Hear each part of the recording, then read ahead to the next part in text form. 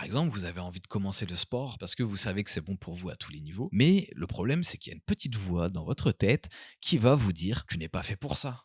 Pourquoi tu veux aller souffrir alors qu'on peut rester tranquillement assis sur le canapé? Vous voyez? Alors au début, on arrive à résister à cette petite voix, mais quand la motivation se barre, la petite voix se fait de plus en plus insistante et on finit toujours par lui donner raison. Le but n'est donc pas de supprimer des pensées négatives, parce qu'en réalité c'est impossible.